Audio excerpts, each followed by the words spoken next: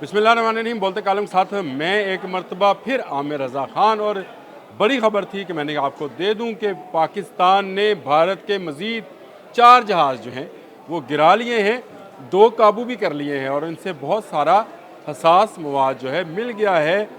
Fully loaded ये जहाज़ थे। इस ख़बर की सारी तफसील आज मैं आपके साथ शेयर करना चाहता हूँ, प्रूफ के साथ, यानी तस्वीरें भी हैं और उसमें फुटेज भी मौजूद है कि कल रात से भारत ने पाकिस्तान में दूरंदाजी यानी पाकिस्तान की सरजमीन पर हमला करने की बार बार कोशिश की। रात को 2 बजे के करीब उन्होंने पहले भावलपुर में, फिर मुरीदके में, इस तरह से सियालकोट बॉर्डर पे और लाइन ऑफ कंट्रोल पर। और अब तो ये भी खबर है कि उन्होंने नीलम झेलम पावर जो प्लांट है उस पर भी हमला किया, यानी उन्होंने मुख्तलिफ जगहों को टारगेट बनाया। और बनाया किसको? सिर्फ आम शहरियों को, जिसका जवाब भरपूर दिया पाक फ़ौज ने। और अब से पहले, इस व्लॉग से पहले तक तो यही खबर थी कि पाकिस्तान ने 5 जहाज़ जो हैं, जिनमें एक Su-30, एक मिग और 3 जो है राफेल त्यारे जो थे वो गिराए थे। और अब मज़ीद जो है मुदाखलत भारत की तरफ से अभी तक जारी है।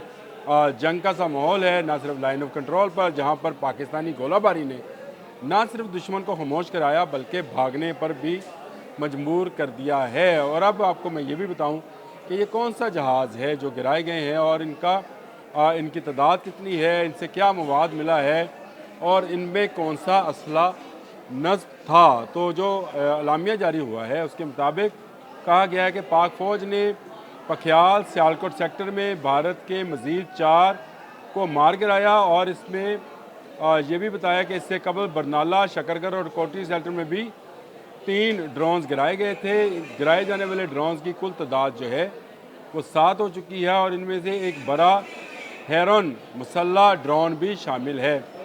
ये भी कहा गया है कि इनमें से 2 ड्रोन्स को पकड़ लिया गया है, यानी उनको टेक्नोलॉजी है जिसको EW कहते हैं। ये तकनीकी टेक्नोलॉजी है जिसके तहत इनका कंट्रोल रूम से राब्ता जैम कर दिया गया और उसके बाद इनको नीचे उतार लिया गया, यानी इनको हैक किया गया और 2 ड्रोन्स को नीचे उतार लिया गया। ये मैं आपको बता दूं कि ड्रोन्स आजकल की वारफेयर में एक ऐसा जंगी जहाज़ है जो ना सिर्फ सर्वेलेंस करता है बल्कि इसके अंदर मिसाइल भी नस्ब है। जब मैंने आपको हेरॉन का नाम लिया था तो हेरॉन एक ऐसा ही ड्रोन है जिसके ऊपर मिसाइल नस्ब हैं और वो कहीं पर भी हमला करने की सलाहियत रखता है।